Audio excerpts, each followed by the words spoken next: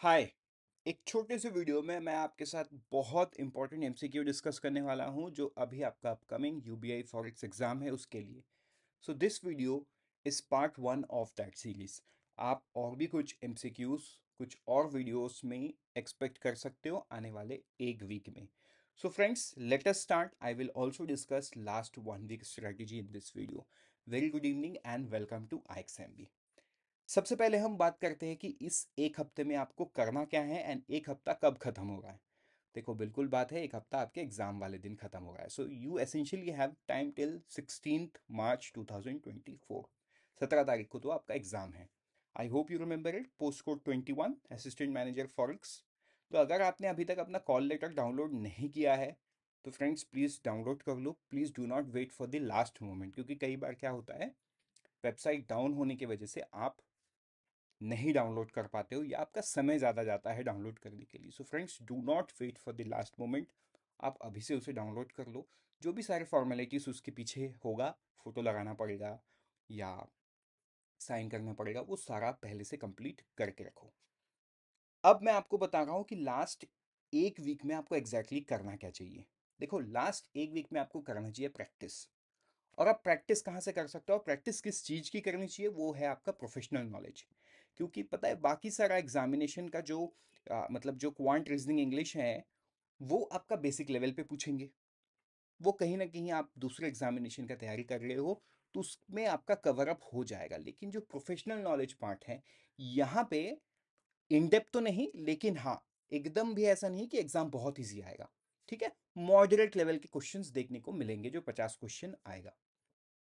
सो यहाँ पे आपको ये ध्यान देना है कि ये हमारा फुल लेंथ मॉक टेस्ट है, राइट। तो इस फुल लेंथ मॉक टेस्ट में आपको 250 क्वेश्चन तो मिल जाएगा। और वैसे ही section test part 1 2, part 3 4, 3 already uploaded हो गया है अभी, और पार्ट 4 जो है वो इन प्रोसेस में है, राइट। तो ऐसे कुछ पार्ट्स आएंगे, बाकी सारा सेक्शन टेस्ट नाम पे है। ये सारा आप दे सकते हो। There are more than 500 MCQ।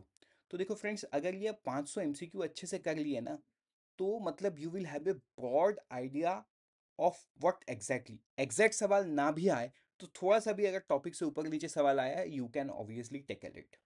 ठीक है। तो ये है लास्ट वीक 1 वीक स्ट्रेटजी। आपको ये अपनाना है कि आपको प्रैक्टिस अच्छे से करना है। कई बार किसी टॉपिक को आप बहुत इन डेप्थ समझते हो, आपने अच्छे से पढ़ा है, रिवाइज भी किया है, लेकिन सवाल पूछने का तरीका पहले जैसा नहीं रहा। There is no direct question. Statement बना के आपको नॉट कर लगा के पूछेंगे, which of the following is correct करके पूछेंगे, तो थोड़ा सा कॉन्सेप्चुअल अंडरस्टैंडिंग होना ज़रूरी है। तो उसके लिए practice is the best solution. ठीक है, शुरू करते हैं हमारा क्वेश्चन नंबर 1 की तरफ।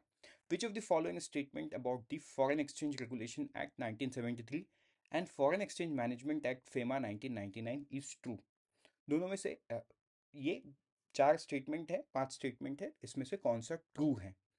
देखो, अभी मैं बता रहा था ना किस तरीके का सवाल, इस तरीके का सवाल बनता है। अब देखो, ये जो सवाल है, मान के चलो आपने, है ना, ये फेमा 1991 के बारे में पढ़ा है, लेकिन फेरा 1973 के बारे में उतना डिटेल पे नहीं जानते हो, तो आपको ये कंफ्यूज कर देगा।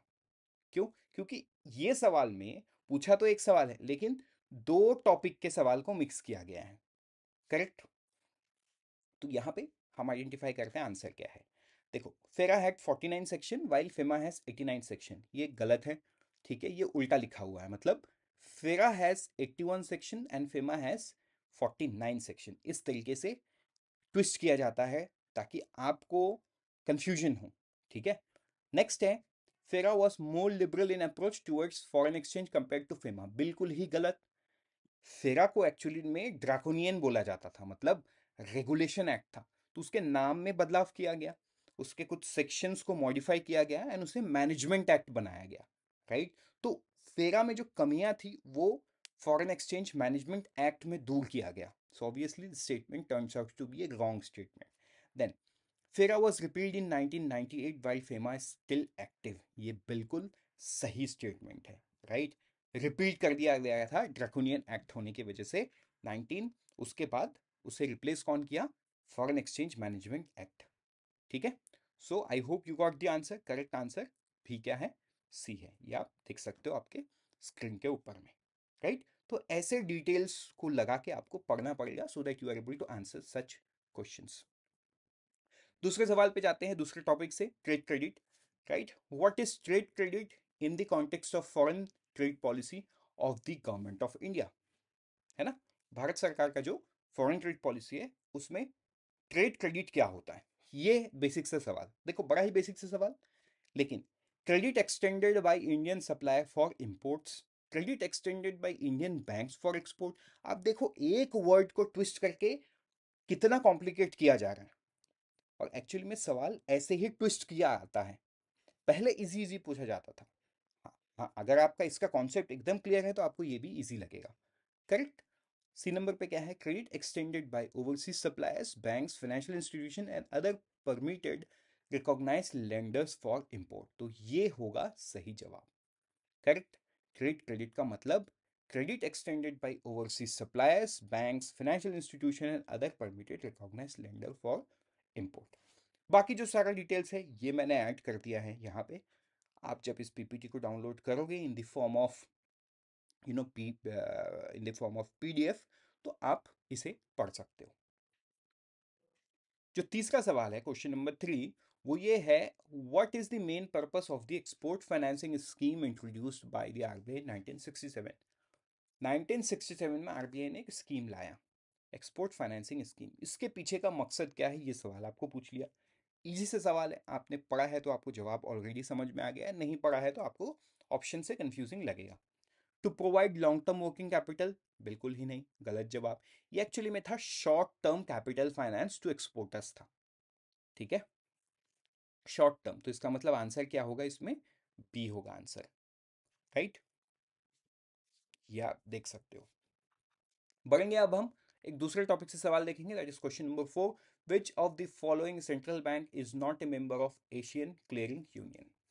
एसीयू का मेंबर कौन नहीं है?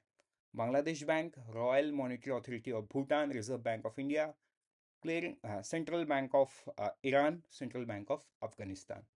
कौन नहीं है, ये सवाल पूछा गया। तो इसका मतलब उसके जो 9 मेंबर्स है एशियन क्लियरिंग यूनियन के, वो आपको पता होना चाहिए, तभी आप आंसर कर पाओगे, नहीं तो आपको कंफ्यूजिंग साउंड करेगा। So the correct answer it's, you know what is it, आप यहां से देख सकते हो करेक्ट आंसर क्या है। राइट, ईरान में तो देखो इसका हेडक्वार्टर ही है। तो Afghanistan is not a member. ठीक है, अफगानिस्तान एक मेंबर नहीं है, करेक्ट ऑप्शन इज ई। बाकी सारे इसके मेंबर हैं। बढ़ते हैं क्वेश्चन नंबर 5 की तरफ। द नॉन रेसिडेंट एक्सटर्नल रूपी account scheme NRA account was introduced in. Non resident external रूपी अकाउंट स्कीम, ये एक एनआरए अकाउंट होता है। इस अकाउंट को, इस अकाउंट के कैटेगरी को कब इंट्रोड्यूस किया गया, ये है सिंपल से सवाल। राइट, तो देखो ये है तो इजी सवाल, लेकिन ये कंफ्यूज आपको करेगा। कैसे आपको कंफ्यूज करेगा, क्योंकि ना मल्टीपल कैटेगरीज होते हैं अकाउंट के। अब कौन सा कब इंट्रोड्यूस हुआ ये थोड़ा चैलेंजिंग हो सकता है, लेकिन कितना भी चैलेंजिंग हो आपको प्लीज ये पढ़ना है, क्योंकि ऐसे इजी सवाल को मिस कर देना बहुत मतलब आपको बहुत बाद में रिग्रेट फील होगा कि मैंने क्यों नहीं पढ़ा। सो ये सारे डिटेल्स ना हमने एक पीडीएफ में हमारे कोर्स में डाल रखा है, आपको वहाँ से पढ़ना है। राइट, तो इसको कब इंट्रोड्यूस किया गया, 1970 में किया गया। ठीक है, बाकी डिटेल्स आप डाउनलोड करके पढ़ सकते हो। मिलते हैं किसी दूसरे वीडियो में, इसके पार्ट 2 में। Till then thank you and all the best, and always remember we help you prepare 50% faster.